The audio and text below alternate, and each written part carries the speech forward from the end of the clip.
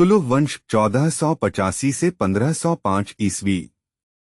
सुलुभ वंश की स्थापना नरसिंह सुलुभ ने 1485 ईस्वी में की थी। इसमें संगम वंश को समाप्त कर दिया था। यह राजवंश 20 वर्षों के छोटे से शासनकाल में ही समाप्त हो गया था। तुलुभ वंश 1505 से 1570 ईस्वी।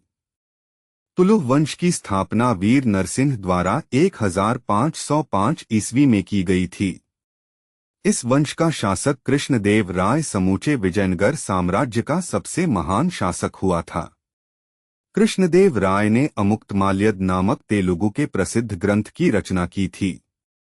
इस ग्रंथ में कृष्णदेव राय की प्रशासनिक नीतियों और उसके राजनीतिक विचारों का उल्लेख किया गया है।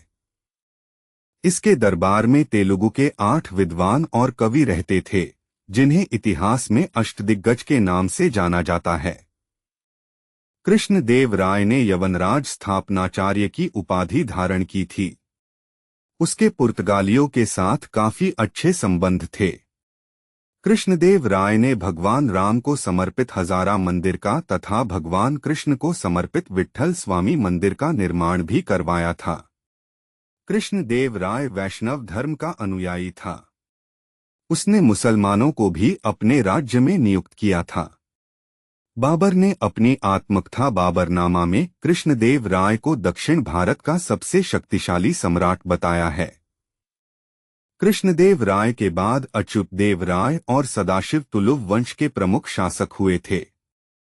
सदाशिव के शासनकाल के दौरान ही 1565 ईस्वी में तालीकोटा का निर्णायक युद्ध हुआ था, जिसमें विजयनगर साम्राज्य की सेना को 4 बहमनी राज्यों बीजापुर, गोलकुंडा, अहमदनगर और बीदर ने मिलकर पराजित किया था।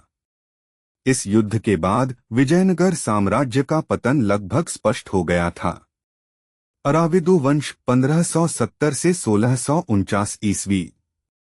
अराविदु वंश की स्थापना 1570 ईस्वी में तिरुमल नामक व्यक्ति द्वारा की गई थी।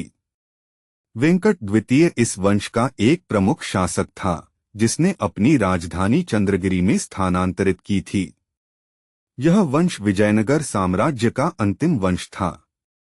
इसके बाद विजयनगर साम्राज्य पूर्ण रूप से समाप्त हो गया था।